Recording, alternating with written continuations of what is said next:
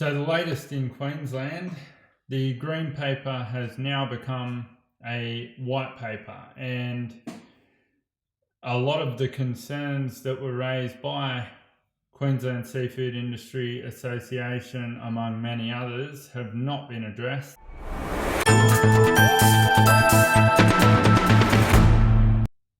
So, joining me, I have Eric Perez, the CEO of Queensland Seafood Industry Association, to have a chat. He's issued a media release which you can find on my website, www.commercialfishingmedia.com.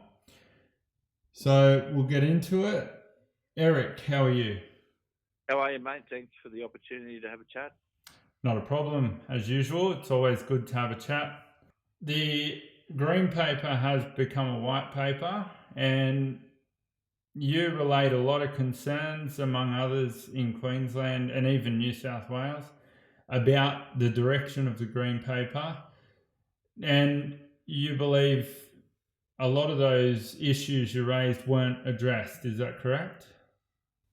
In some respects, yes. So we have a white paper now that is as political as it's going to get, as political as it is so-called fisheries management reform. So that's what we've been given to deal with. That's where this government of the government of the day wants to go down. And like we said in the release, and you'll see that at the start, that industry will work with government with what it's presented us, but that doesn't mean we're going to not interrogate issues within the document, and there's plenty of them there to be had. So it's an ongoing discussion, and will create an ongoing level of angst amongst industry that we needed right now, like a hole in the head, mate. Are there any really key issues that you want them to look at? Yeah, sure. So there's three major ones, I guess. The one that stands out is that this document has been written for an audience that is not a commercial audience, and it's not a community audience, despite the fact that it's been written in a way that said it's about getting maximum benefit to the community. I think it's missed that mark in a big way. And the two audiences that the document has pandered to recreational fishing groups, not all recreational fishers, which is a important distinction that we can quickly talk about later, and the environmental lobby in the state. Industry people that I've dealt with and our members have no trust in these organisations because they're not there for our benefit. They're supposedly there for the benefit of an environment that we're supposedly undermining, yet our fisheries are sustainable and have been for a long time. The other two key ones in the document, I guess, is this lack of interrogating the impact of the recreational sector on the resource. Now, we have maybe between 1,500 and 2,000 commercial fishers in the state that are actively fishing versus supposedly 650,000 recreationals that are hitting the resource on a yearly basis. Where is the study that looks into their impacts? Where is the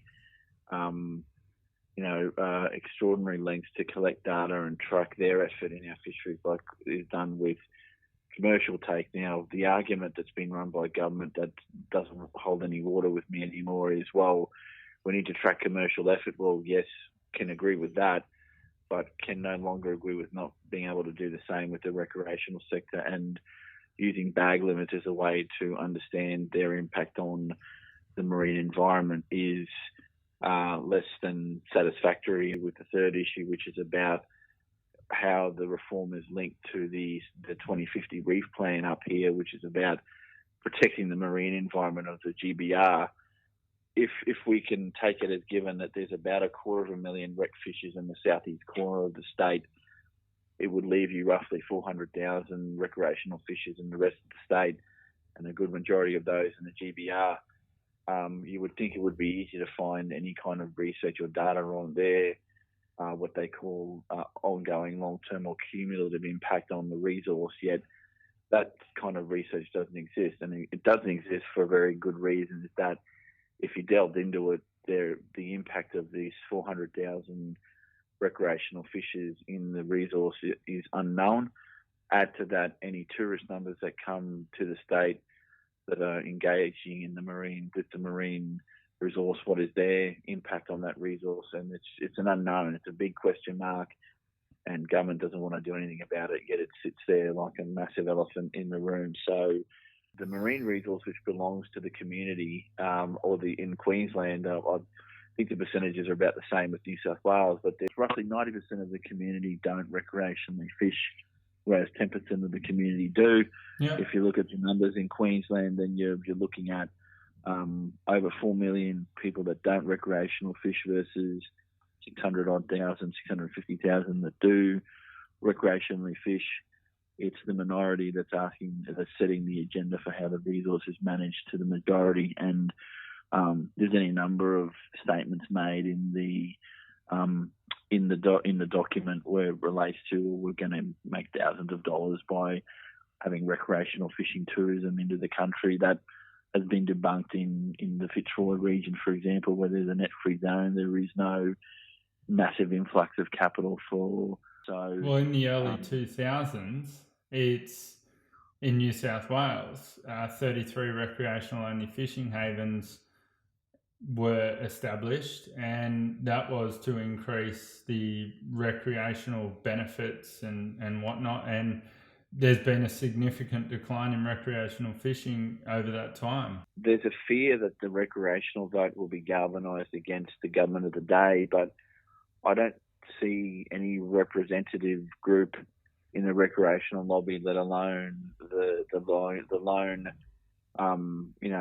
voice that's going to galvanise all recreational fishermen to topple a government that could galvanise all recreational fishers behind an issue. And that it's why they didn't introduce a licence, because they thought that's what would happen. And in lieu of that, they'll be very hesitant to introduce proper tracking of their effort in terms of their take of fish. But I think it's that unknown fear about the mystery leader of the recreationals will rise up and turn every recreational vote against the government of the day. Well, in New South Wales, that's been proven false anyway, because a study was done, socioeconomic study, and they found that over 80% of recreational fishers supported professional fishing. So the last question, because we're out of time, the recent net-free zones, we've seen a massive amount of seafood reduced, which means the ultimate loser is the general public in Queensland. So tell me, the mental health of the families involved in fishing, and not only that, the businesses that surround the infrastructure. What, after going through these net-free zones, how large are the impacts going to be once this reform comes through, do you think?